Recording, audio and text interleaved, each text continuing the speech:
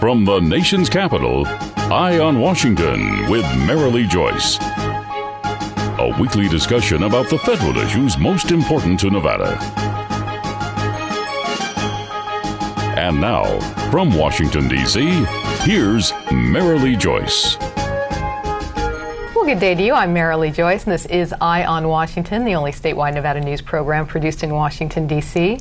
Every week, Eye on Washington takes you straight to Capitol Hill for a discussion with Nevada's delegation and other leaders about the federal matters that matter to you. Today's topic, he says his job one is helping you get a job. We'll update you on one Nevada congressperson's work to get you back to work. And he is my guest today, of course, Nevada U.S. Congressman Joe Heck. Thanks for being here. My pleasure. On what remains a very important topic. Very important, especially to Southern Nevada. The federal government currently administers 47 separate job training and employment programs across 9 federal agencies. Now, my guest says that's complicated, confusing, and makes an already rough job market that much tougher. And today on Eye on Washington, we'll tell you what he's doing to reform this nation's broken workforce investment system. We'll tell you about his recent Nevada-based job fair, and we'll update you on the unemployment rate and get my guest's take on what's really behind the numbers. Congressman Heck told this show in February that one of his top job-related priorities is to help provide a truly skilled local workforce. He told Eye on Washington that this nation's job training system needs an overhaul. Back then, he told us that there are employers looking to hire, but that jobs go unfilled due to lack of skill needed, and that his Local Jobs Act would ensure that workforce investment boards are reflective of the local needs of communities. Well, now he's redoubling that effort with his all-new Workforce Investment Act. That legislation consolidates 27 programs into one flexible workforce investment fund, helping provide a more streamlined system for workers and job seekers to find the employment support they need. And in a statement about that bill, the congressman said, quote, "Nevada's struggling families and their unique employment situations require local solutions, not failed one-size-fits-all approach taken by Washington." And Congressman, we're going to give some more details in a bit, but this builds on the Local Jobs Act, re-emphasizing that local emphasis, doesn't it? It does, and originally the Local Jobs Act was to change the policy and governance of the local workforce investment boards that were made up primarily of a lot of elected officials and not people that really knew what the jobs of the future would be for a local community. And so we started with that. And then other members of the Workforce and Education Committee got together and came up with the overall reauthorization bill that takes in a lot of those pieces and just brings it to the next level so that we really get the tools necessary, the resources necessary into the hands of local folks to be able to find jobs. And how will those investments boards know how will they better meet the needs of the local businesses? Well, what we're requiring now when the bill is passed is that more members of the board will actually be employers. When you want to know what the jobs of the future will be or what job requirements there are in a community, it's good to have the folks there that are actually doing the hiring. And right now, that's not the case. In addition, we want to make sure that the training institutions are on the boards so that when the employers say, these are the jobs that we expect to have in the next 1 or 2 years, the training agencies are right there to say, okay, now we need to figure out how we're going to get these people prepared for those jobs. You look at a map and D.C.'s here and Nevada's way over here. Well, I know a big part of your bill was making sure the allocation of the resources that are made based on local input. Right. There's very little resources, financial resources to begin with that comes from Washington, but we want to make sure that the resources that do get distributed to the municipalities, the localities, the workforce boards are being used in the best possible way and making sure that some of that money is actually reserved for local use to actually do the training to get those folks ready for those new jobs. Can you give a hypothetical on how this would work in unemployment-heavy Nevada? Well, we would hope that by seeing what the job requirements will be predicted out over the next year to 2 years, based on what the employers are bringing to those boards and the institutions, the training institutions that'll be there to start training folks up, that we'll see the unemployment rate drop precipitously. Because right now we have unfilled jobs in Nevada. But the fact is we don't have people that are trained to take those jobs. And so by having the employers on the board saying this is what we have, this is what we need, training institutions get them prepared, will have a positive impact on those unemployment numbers. You've been on this show before discussing other topics where you've seen a lot of redundancy in government. Now, in this case, this is going to consolidate 27 programs. You've been frustrated with the redundancy on the Hill before. Well, certainly, what seems to happen is somebody comes in to Congress and they see a program that they want and they have their name on that program, and 5 years later, somebody else comes into Congress, same idea, they don't know a program's already existing, so they create a new one, which is really duplicative. And so now we have, again, scarce resources being divided. A lot of these programs have never really been assessed to see whether or not there's any return on the dollar that's being invested in them. And so this will consolidate many of the programs. As we said, there's over 47 programs across 9 agencies. This consolidates 27 of them and says, look, we really need to concentrate on our resources on the programs that we know do work and where we'll get the most bang for our dollar. I am guessing that the taxpayer dollars saved by this streamlining effort means that money can go to where it's most needed on the local level. Is that correct? And that's what we're trying to do, is focus those dollars at the local level to be able to identify what jobs will exist and how to train people for those jobs. And it'll meet the educational needs of their own workforce. Correct. Well, when we come back, we're going to talk about a job fair that you just had in Nevada and trying to help people out to get some jobs, and that's right after this. You're watching Eye on Washington with Marilee Joyce, brought to you by the National Mining Association, Caesars Entertainment, the Las Vegas Convention and Visitors Authority, NV Energy, Western Lithium Corporation, the Frias Companies, the Nevada Mining Association, Skyline Restaurant and Casino, and the Regional Transportation Commission of Washoe County. America's minerals have made us a nation of self-reliant dreamers, shaping our world and the endless ways we enjoy it. But red tape often forces us to import more than half the minerals we depend on. Minerals we already have. We don't import our dreams. Shouldn't that go for our minerals, too? The National Mining Association. Learn more at nma.org. You already watch Eye on Washington with Marilee Joyce, Nevada's only statewide program produced in Washington, D.C. But for even more news from Capitol Hill that affects you, your family, and your business, you need to read Nevada's Washington Watch, our online newsletter. In-depth reporting on federal efforts that impact you. Our exclusive Inside the Beltway column, putting a microscope on Nevada's congressional delegation. Guest editorials about what Nevada needs from the Hill. Nevada's Washington Watch, your watch on Washington. Subscribe today at nevadaswashingtonwatch.com. Heads we go, tails we stay. A coin flip.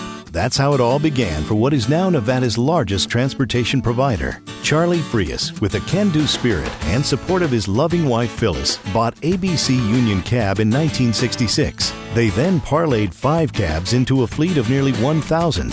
And today, Frias has over 2,000 employees and was recently voted Las Vegas's best company to work for.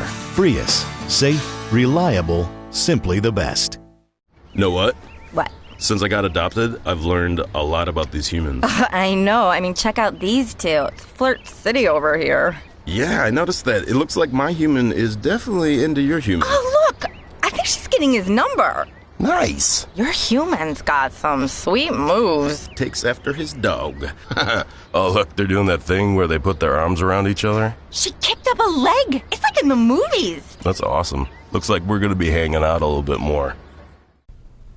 And welcome back to Eye on Washington, our discussion of one Nevada congressperson's work to get you back to work. And he is my guest today, Nevada U.S. Congressman Joe Heck. In his 2012 State of the Union address, President Obama recognized the confusion created by the fact that there are 47 separate job training and federal programs in 9 separate agencies. And he told the nation, quote, "I want to cut through the maze of confusing training programs so that from now on, workers have one program, one website, and one place to go for all the information and help they need." Well, Congressman Heck says he and some other committee members developed the Workforce Investment Improvement Act of 2012 in response to the president's call.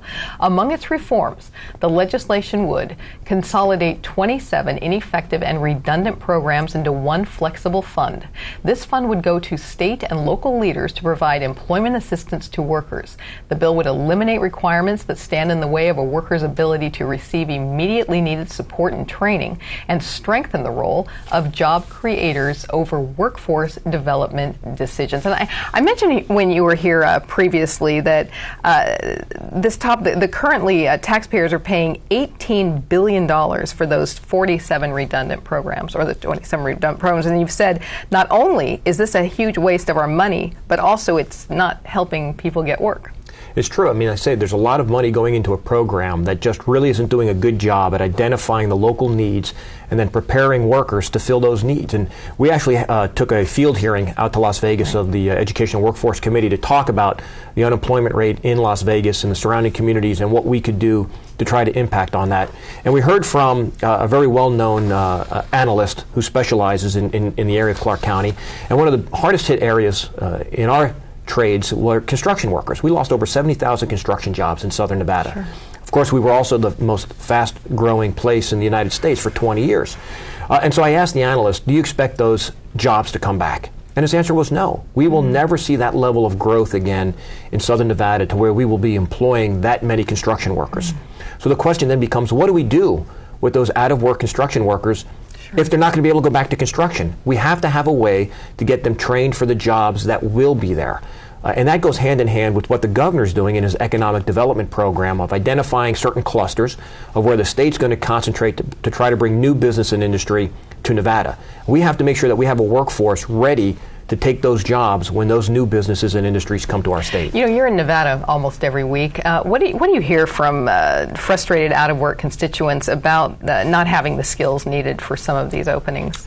Well, you know, it's very interesting because you hear from some folks that say, look, I'm ready for a job, but I can't find a job in the line of work that I was in. And I say, you know, you're exactly right, because we've lost a lot of those jobs. But what are you doing to get trained to take a job that is available? Because as I go around and talk to businesses, I was just visiting with one a week ago, he says, I have jobs, but I can't find people willing to take the job. And he's willing to train them right there in his shop. So it's really a mixed bag of folks saying, look, I want to go back to work, but I want to go back to work doing what I was doing. Problem is that may not be realistic now. And so you have to be prepared to relearn a trade or switch gears and learn a new business or industry. And that's what the Workforce Investment Act, Improvement Act will do. It'll give those people the tools necessary to get that training to get a new job. And you've been on top of this for some time, but this mismatch between what workers can do and the skills the employers need, it's really grown during the recession, hasn't it? Well, certainly, because we've seen a huge shift, and we were certainly a big, and still remain a very big service sector, hospitality industry location, as well as construction. And those are some of the jobs that we have lost. And so there's a lot of displaced construction and service workers looking for a new line of work, but they've got to be trained before they can get that job. It's like going in and saying, I'd like a job, and you're told, well, I don't have any experience, but how do I get the experience if I don't have the job? Well, the Workforce Investment Improvement Act will help you get that experience. Can you give an example of sort of the one-size-fits-all approach of the current system? Well, sure. So the boards right now, the workforce investment boards, are a kind of a cookie cutter that come out of Washington. And it doesn't allow the local area to have a board represented by the businesses and industries made up of that local area. And so again, when you're trying to determine what job openings there are and what there will be, it's better to have the folks there who are doing the hiring to have an impact and help in that decision making. You know, we didn't get to the job fair. We're going to talk about it in our next segment. I hoped we'd get to it this one as well. But before we do move on to our next segment, is there anything else about this bill you'd like to share? What's the support on the Hill, and is there anything I didn't get to? Well, it's getting a lot of support because everybody realizes no matter what community you come from, you have somebody who's unemployed. There's been a shift in your job market, and we've got to make sure that people have the tools readily available to get trained for the jobs that are there and will exist, as opposed to trying to put them into a job that's no longer going to come back. Okay, and we know that the unemployment rate is stuck at more than 12% in Nevada. We're going to talk about other efforts you're making to help people get a job, and that's right after this.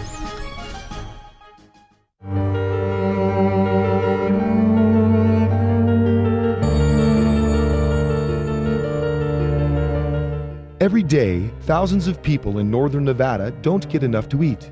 1 out of 5 children in northern Nevada go to bed hungry every night. But you can do something about it. Catholic Community Services of Northern Nevada has been providing help and creating hope in our community for more than 65 years. By donating food, time, or money, you can make a difference in a hungry person's life. When you make your generous donation to St. Vincent's Dining Room and St. Vincent's Food Pantry, you're helping to fight the scourge of hunger in northern Nevada. In these tough economic times, now more than ever, we need to help those less fortunate. To find out how you can donate to St. Vincent's Dining Room and St. Vincent's Food Pantry, call, click, or stop by, and together we can end hunger in northern Nevada.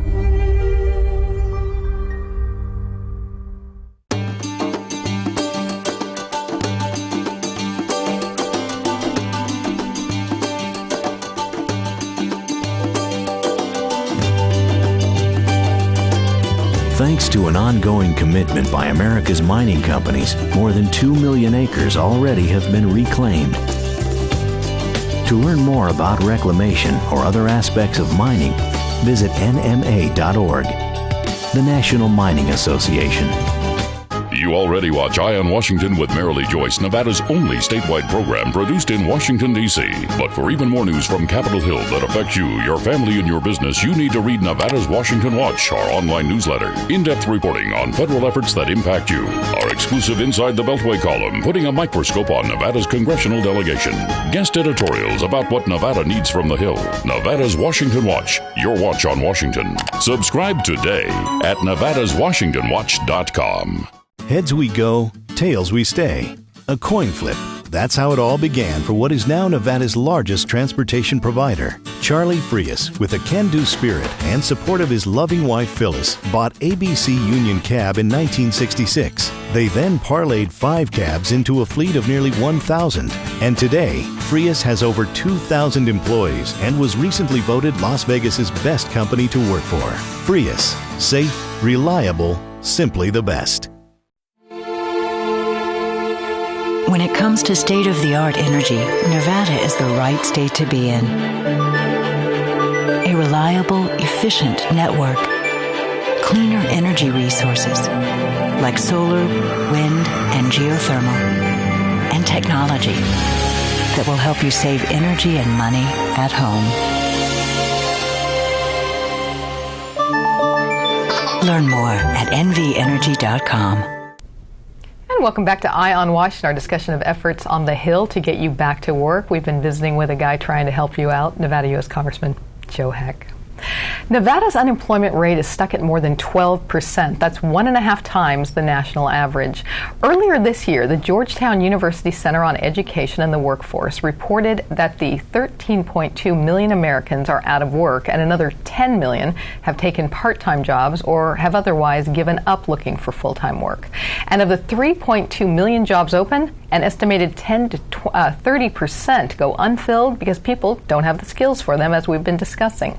Well, aside from his legislation aimed at getting you the skills you need for those open positions, my guest, the congressman, is offering the unemployed help in several ways, both in person and from his Washington and Nevada offices. He's hosting job fairs in the state, most recently the Sunset Stations Hotel Casino, where job seekers met with prospective employers from 50 businesses, including Walmart, Pepsi, AAA Insurance, and Home Depot. The job fair covered a wide variety of positions open around the valley, and it allowed job hunters to have their resumes reviewed by experts. The congressman also offers a ton of job-related assistance, both on his website and through his local and D.C. offices. Just go to heck.house.gov, click on additional resources, and then on jobs, you'll find a potpourri of employment assistance.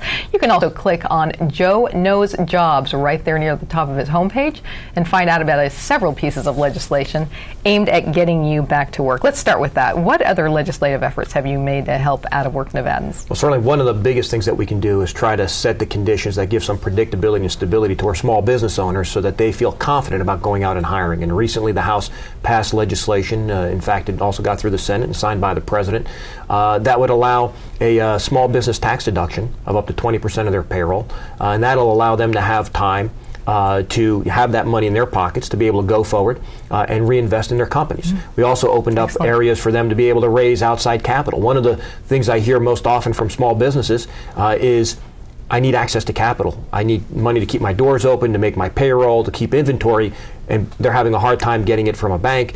So we've passed legislation that allows other ways for them to go out into the open market and raise capital to keep themselves in business. You know, the official Nevada rate is 12.1%, 1.5 times the national average. But you've said yourself many times on this show that that's not accurate. It's actually much higher than that. Sure. When you add in the number of folks that have left the job market or are working, what we call the underemployed, those folks who are working part-time or less, who really were working full-time before, we're much higher than that, and estimates are 20 to 25%. And that's one of the reasons why we held the job fair. It was to try to connect folks who were under or unemployed with entities that had jobs. In fact, when we were calling the businesses, said, look, we don't want you to come if you're just coming to collect resumes. We want you to come if you have openings right now that you're ready to hire into.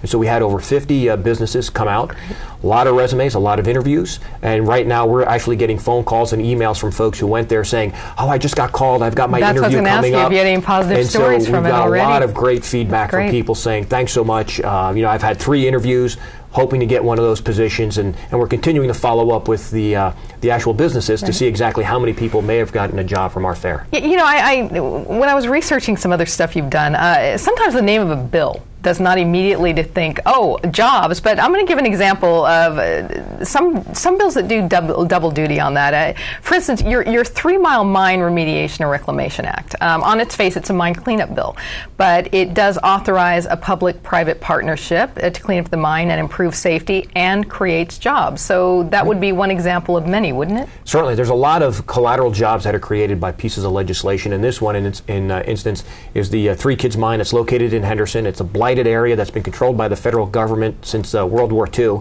And so this allows a private-public partnership to create jobs and actually doing the mine remediation.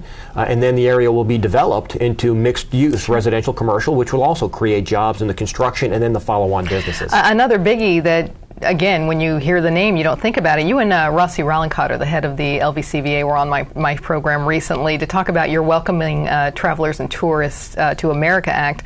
You've said that that's an example of a bill that would create more than 1 million jobs, and it would really help the Nevada economy get moving. But remind us why. Sure. Well, we know that we've lost a big share of international travel to the United States, and if we can get that share back, we're now at 12%. We were at 17%. Just getting back to where we were, that gives us about $860 billion into our economy, 1.3 million jobs across America.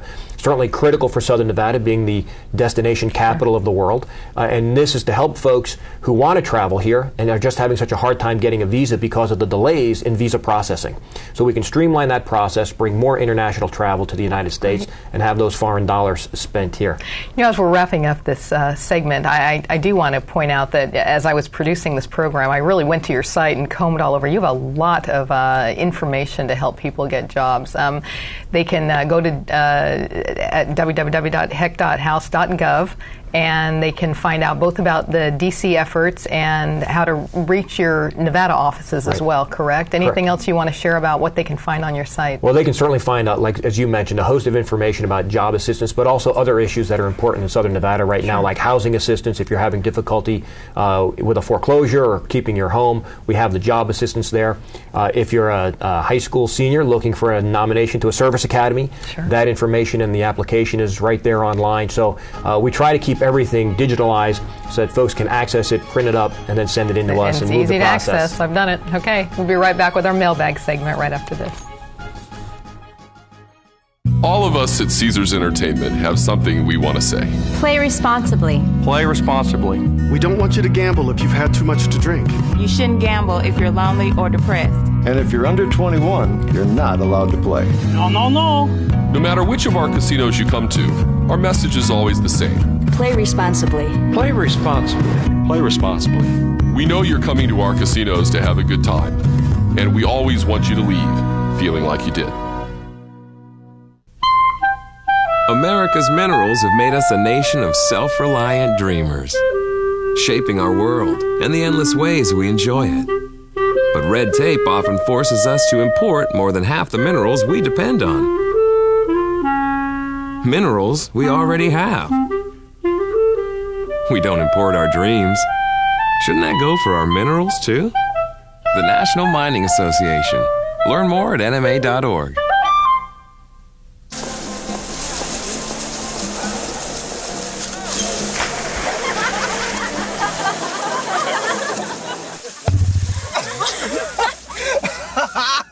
My dad's one of the juices was there tonight. Bring this one.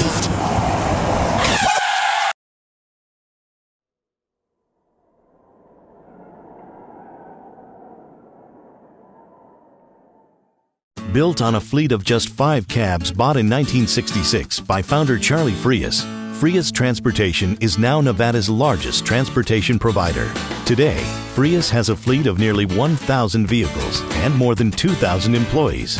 As an industry and community leader, Frias continues to create the future of transportation technology and management and actively supports the community. continuing the legacy of quality service in the Las Vegas Valley. Simply the best.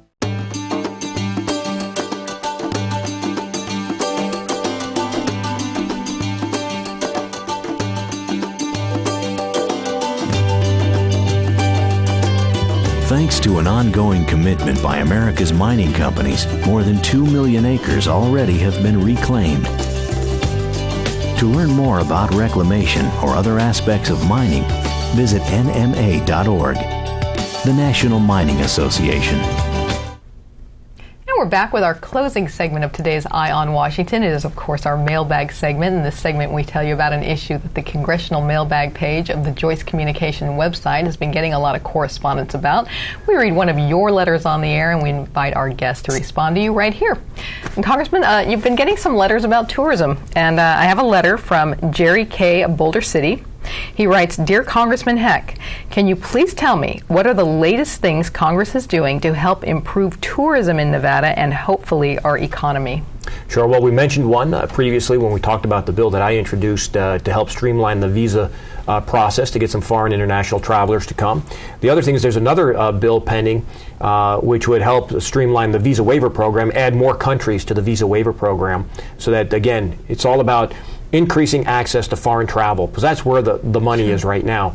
And we know that for every international travel that comes to the United States, on average, $4,000 to $5,000 per person per week is spent. And so that's a great shot in the arm to our communities and certainly our economy in Southern Nevada. And it's been important to you for some time to really attract those international travelers, because as the United States remains kind of stuck in the recession, we've found that there are Asian travelers and other foreign travelers that might have a little more to spend, and they're the ones coming over and kind of shoring up the economy. Exactly. And one of the other things that I think is going to be great for Southern Nevada is, we're getting just about ready to open up the new terminal at the airport.